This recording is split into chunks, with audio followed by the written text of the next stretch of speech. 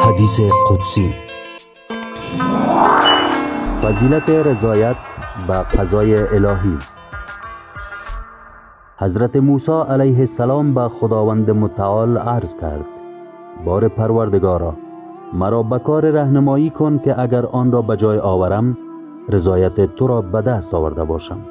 خداوند به او وحی فرمود که ای پسر عمران، همان خوشنودی من در ناخوشنودی توست و تو طاقت آن را نداری.